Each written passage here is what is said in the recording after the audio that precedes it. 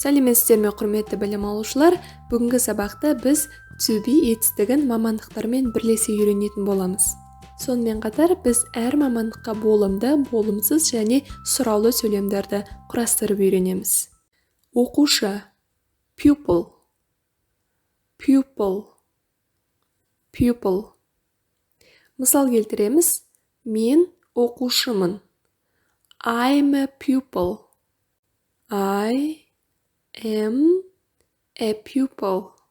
I am жіктік жалғауының бірінші жағы. I деген мен. Am деген қазақ тіліне аударған кезде мын, мін, пын, пін, бын, бін. Бұл мамандықты және адамның өзінің қандай адам екенін айтқан кезде осындай жалғаулар болып аударылады. Pupil сөзінің алдында тұрған ол артикль. Біз ол туралы жеке сабақта үйренетін боламыз. Енді болымсыз түрі. Мен оқушы емеспін. I am not a pupil. I am not a pupil. Бұл жердегі not жоқ, емес деген мағынаны білдіреді. I am not. Мен емеспін. A pupil. Оқушы. Ағылшын тілінде сұраулы сөйлемді құрастырар кезде I am-ның орындарын ауыстырамыз. Am I. Мен оқушымын ба? Am I a pupil? Білім алушы. Student. Student. Сен білім алушысың. You are a student. You деген сен, are деген қазақша сың жалғаулар болып табылады. Сен білім алушы емессің. You are not a student. You are not. Сен емессің, болып табылмайсың деген мағынаны білдіреді. Ал енді сұраулы түрі, сен білім алушысың ба? Are you student? Бағана айтқандарымызды еске аламыз. Сұраулы сөйлемді құрау үшін you-ның орнын ауыстырамыз. Are you? Келесі, мұғалім. Teacher. Ағылшын тілінде ол есімдігінің ер адамға және әйел адамға арналған бөлек-бөлек түрлері бар. Біз бірінші әйел адамға арналғанын үйреніп алайық. She. Ол. She is.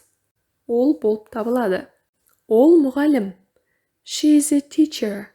She is a teacher. Болымсыз түрі. Ол мұғалім емес. She is not a teacher. She is not a teacher. Сұраулы сөйлем. Ол мұғалім бе? Is she a teacher? Is she a teacher?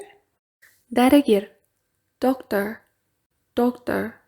Ал енді ол есімдігінің ер адамға арналған түрін үйренейік. Ол дәрігер. He is a doctor. Бұл жердегі he деген сол ер адамды айтатындағы ол есімдігінің ағылшынша нұсқасы. He is a doctor. He is a doctor. Болымсыз түрі. Ол дәрігер емес. He is not a doctor. Сұраулы түрі. Ол дәрігер ме? Is he a doctor? Is he a doctor? Бағана айтып кеткенімдей, біз he is-ді алып оның орнын ауыстырып, is he қылып оны сұраулы сөйлемге ауыстырамыз. Әнші. Singer. Singer. Бұл жердегі to sing деген ән айту. Singer ол әнші. Біз әншіміз. We are singers. We are singers. Ағылшын тілінде көптік жалғауы ол s болып табылады және көпше түрде артикль қолданылмайды. Болымсыз түрі. Біз әнші емеспіз. We are not singers. We are not singers. We are not singers. Ал енді сұраулы сөйлем. Біз әншіміз бе? We are-ның орнын ауыстырамыз. Are we singers? Are we singers? Are we singers? Журналист. Journalist. journalist. Олар журналисттер. They are journalists. They деген олар, they are олар болып табылады. Journalists журналисттер. Болымсыз түрі олар журналисттер емес. They are not journalists. They are not journalists. They олар, they are болып табылады. They are not болып табылмайды. Journalists журналисттер. Енді сұраулы сөйлем. Олар журналисттер ме? Are they journalists? Are they орналастырамыз.